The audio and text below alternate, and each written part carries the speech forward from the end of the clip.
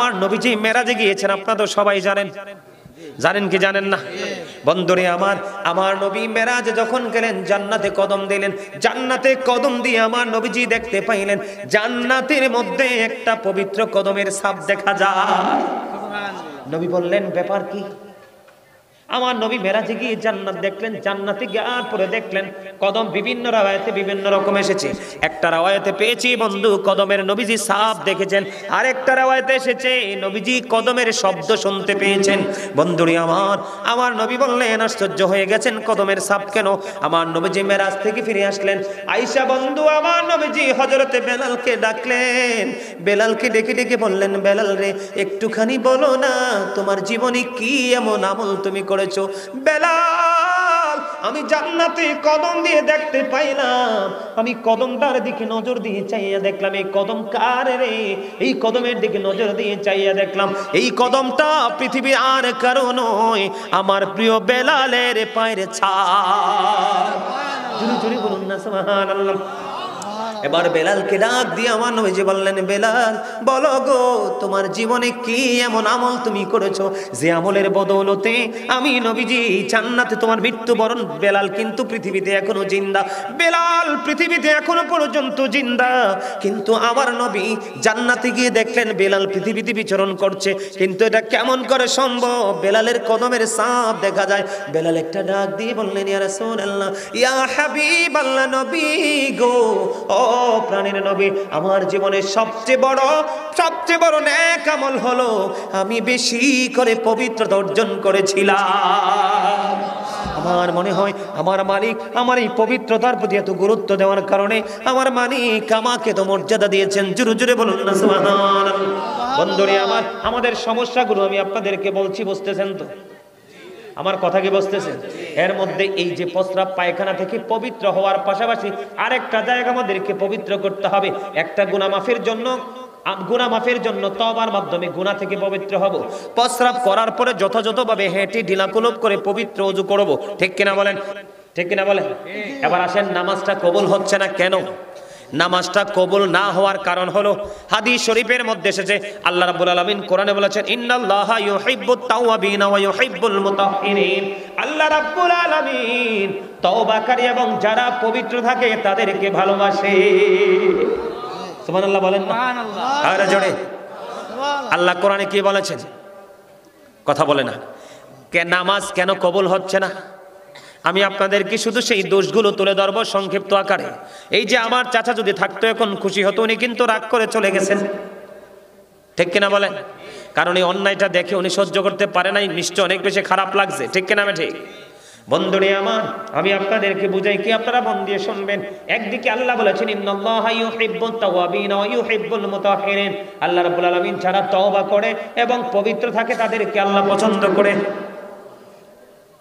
বন্ধুরে তওবাকারী এবং পবিত্র ব্যক্তি যারা আল্লাহ তাদেরকে পছন্দ করেন, ওই দিক দিয়ে আল্লাহর হাবিব হাদিস শরীফের মধ্যে এসেছে, লা তুকবালু সালাতুম বিগাইরি দুহুর ওয়ালা সাদাকাতুম মিন গুলুল। আল্লাহ রাসূল বলেছেন, পবিত্রতা ছাড়া নামাজ কবুল হয় না এবং হালাল টাকা ছাড়া দানও কবুল হয় না। বুঝো না তোমরা কথা? ঠিক না? কে বলছে কথা? আল্লাহর হাবিব।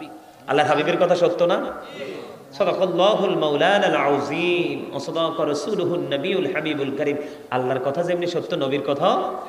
এটা কিন্তু বেঈমান কাফেররাও কিন্তু এটা বলেছে যে নবীজি আল আমিন, তিনি যে সত্যবাদী, এটা তারা নিজেরা তাদের লিখনির মাধ্যমে, বক্তব্যের মাধ্যমে তারা এটাকে একবারে আপনার কি করে দিয়েছেন, একবারে শনাক্ত করে দিয়েছেন। কিভাবে জানেন? হযরত মুহাম্মদ সাল্লাল্লাহু আলাইহি সাল্লাম was born in Arab country. His father's name was Abdullah. His mother's name was Amina. His father died before he was born. He lost his mother in his childhood. He was very truthful. তিনি ছিলেন শ্রেষ্ঠ সত্যবাদী। কে? আপনার আমার প্রাণের নবী। জোরে জোরে কন্যা সুবহানাল্লাহ। আর জোরে আল্লাহ বলতেছেন কি, যারা তওবা করে, বেশি বেশি করে তওবা করে পবিত্র থাকে, আল্লাহ তাদেরকে পছন্দ করে। ঠিক না? বন্ধুরে আর আরেক দিক দিয়ে আল্লাহর হাবিব বলতেছেন, পবিত্রতা ছাড়া ইবাদত কবুল হয় না, হালাল টাকা ছাড়া দানও কবুল হয় না। মিফতাহুল জান্নাতিস সালাহ ওয়া মিফতাহুস সালাতিত তুহুর। নামাজ হলো জান্নাতের চাবি, আর নামাজের চাবি হলো পবিত্রতা। কি বুঝছেননি কথা? নামাজের চাবি কি? আর নামাজ কি? জান্নাতের চাবি। আসসালাতুল মিরাজুল মুমিনিন, নামাজ মুমিনের জন্য মেরাজ। জোরে জোরে কন্না সুবহানাল্লাহ, আর জোরে বলে। এবার আসেন, নামাজ কবুল না হওয়ার পিছনে অন্যতম কারণ হলো বন্ধু, সর্বপ্রথম বর্তমানে ম্যাক্সিমাম মানুষ হারাম পথে টাকা উপার্জন করে খায়। আরো ধরে কন্যা কেন? কারণ বন্ধু, যাদের বডিটা হারাম উপার্জিত খাবার দিয়ে গঠিত হয়েছে, তাদের সেজদা কখনো কবুল হবে না। এখানে নোংরামি আছে না নাই? 2 নাম্বার, বুখারী শরীফের মধ্যে সে যে হাদিস খানা, আপনি 10 টাকা দিয়ে একটা জামা কিনেছেন, অথবা 100 টাকা দিয়ে, অথবা 1000 টাকা দিয়ে, 1000 টাকা দিয়ে যদি কিনেন 900 টাকা আপনার হালাল, 100 টাকা হারাম। 10 টাকা দিয়ে যদি কিনে থাকেন 9 টাকা আপনার হালাল, 1 টাকা হারাম। বন্ধুরে আমার, আমার নবী বলেছে 1 টাকা হারাম যখন তোমার 9 টাকার সাথে যুক্ত হলো, এটা হারাম হয়ে গেল। এই পোশাক পরে কিয়ামত পর্যন্ত তুমি নামাজ পড়ো রে, এই নামাজ আল্লাহর দরবারে কবুল হবে না। আওয়াজ তুলে বলুন না নাউজুবিল্লাহ, আর জোরে বলেন নাউজুবিল্লাহ।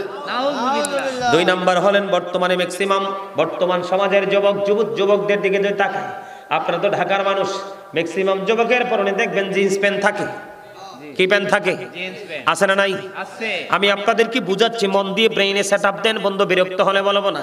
আল্লাহ কোরআনে বলেছেন লিবাসুত তাকওয়া যালিকা খায়র। আল্লাহ রাব্বুল আলামিন বলেছেন আল্লাহর কাছে সবচেয়ে উত্তম পোশাক হলো তাকওয়ার পোশাক। যেই পোশাকটা পুরুষের জন্য, ইমানদার পুরুষের জন্য ফরজ।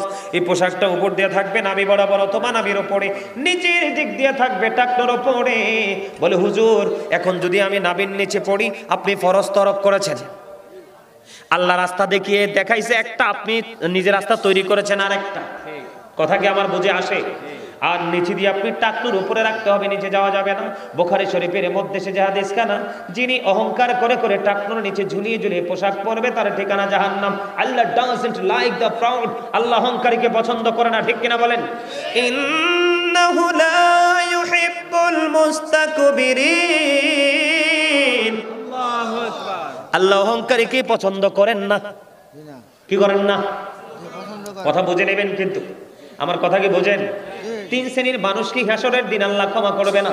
1 শ্রেণীর মানুষ হলো লুঙ্গি, প্যান্ট, পায়জামা, ট্রাউজার যেটাই পরেন না কেন, যদি বন্ধু টাকনোর নিচে ঝুলানো থাকে, ওই মানুষকে আল্লাহ রাব্বুল আলামিন কাল হাসরের দিন ক্ষমা করবে না, তারকে আল্লাহ রাব্বুল আলামিন দয়া করবে না।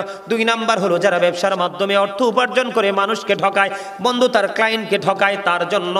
3 নাম্বার হলো যেই মানুষ বিপদে পড়লে উপকার করে, সুযোগ পাইলে খোটা দেয়। এটা একটা হাদিস শরীফ। এই জন্য বন্ধু বলছি, তুমি যে নামাজ পড়ছো নাবির নিচে, গতকালকে যখন আমরা ওই যে কোথায় যে বলছিলাম মেঘালয়ের দিকে রওনা দিলাম, ময়মনসিং দিয়ে, শেরপুর দিয়ে, একেবারে মেঘালয় বর্ডারের কাছাকাছি প্রোগ্রাম করে আসলাম। হঠাৎ করে দেখলাম একটা ছেলে তার গাড়িটাকে ক্লিন করতেছে। বিশ্বাস করেন আমার চোখ দুইটো লজ্জিত হয়ে গেছে। সেই শৈশবে বন্ধু গাড়িটা ক্লিন করতেছে, তার পিছনের দিক দিয়ে 100% লজ্জাস্থানটা দেখা গিয়েছে। আমি লজ্জায় কিন্তু কোনো কিছু বলিনি, চোখগুলোকে অন্যদিকে ঘুরিয়ে নিয়েছে। এখানে দাঁড়িয়ে দাঁড়িয়ে কিসের কথা? এই, এটা কি কথার জায়গায়? তোমরা এখানে দাঁড়া দাঁড়িয়ে কথা বলছো কেন? যাও ওইদিকে যাও, বিরিয়ানির সময় এসে নিয়ে যাইও।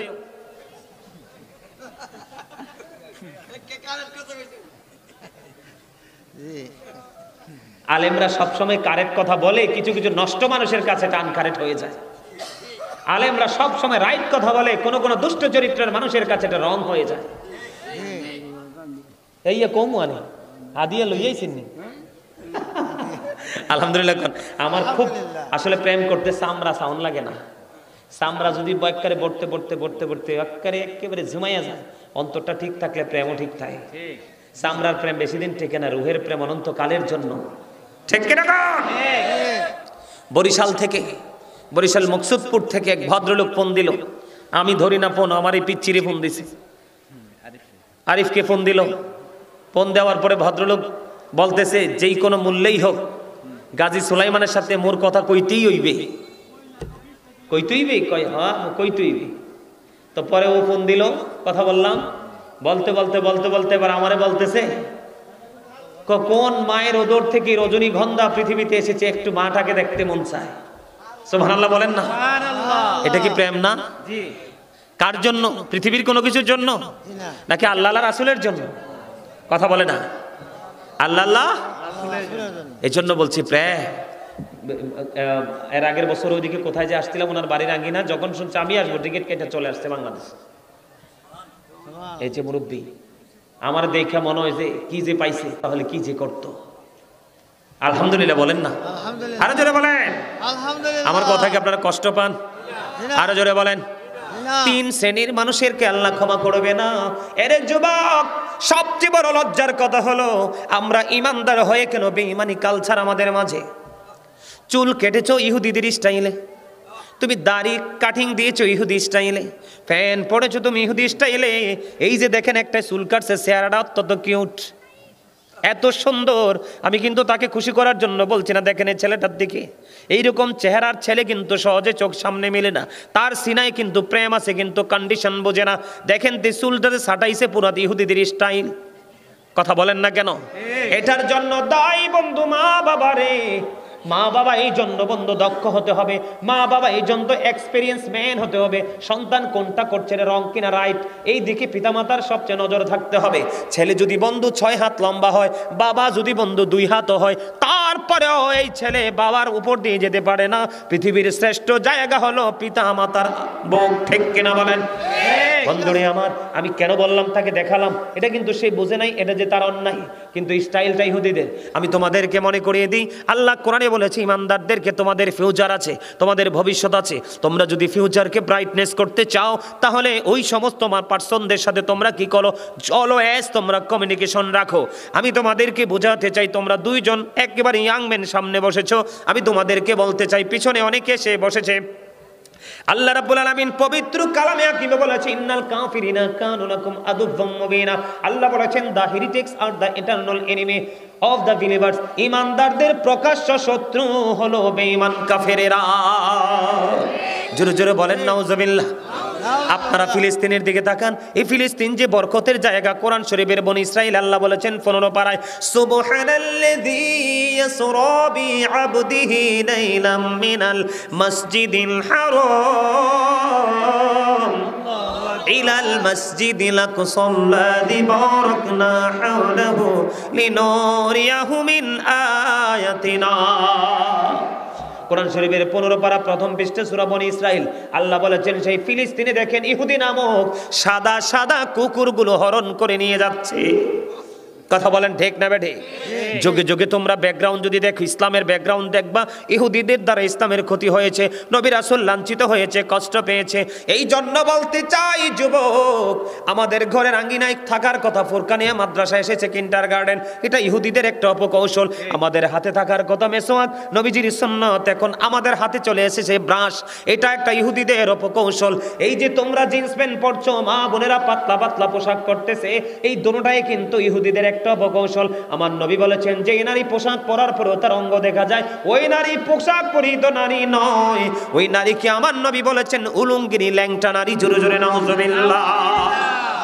আর তোমরা যারা ইয়াং মেন আছো, তোমরা যখন টাকনুর নিচে পোশাকটা পরবা, নাভির নিচে পোশাকটা পরবা, টাকনুর নিচে পুরুষের একটা হরমোন আছে, যদি তোমরা সব সময় কন্টিনিউ যদি তোমরা এই পোশাকটা পরতে থাকো, বিজ্ঞানে এসেছে তোমাদের যৌবন শুকিয়ে যাবে। ছেলেরা স্ট্রংলি বন্ধু যৌবনের চাহিদা মিটাতে পারবে না, এটা ছেলেদের জন্য সবচেয়ে বড় ভয়ঙ্কর একটা কথা।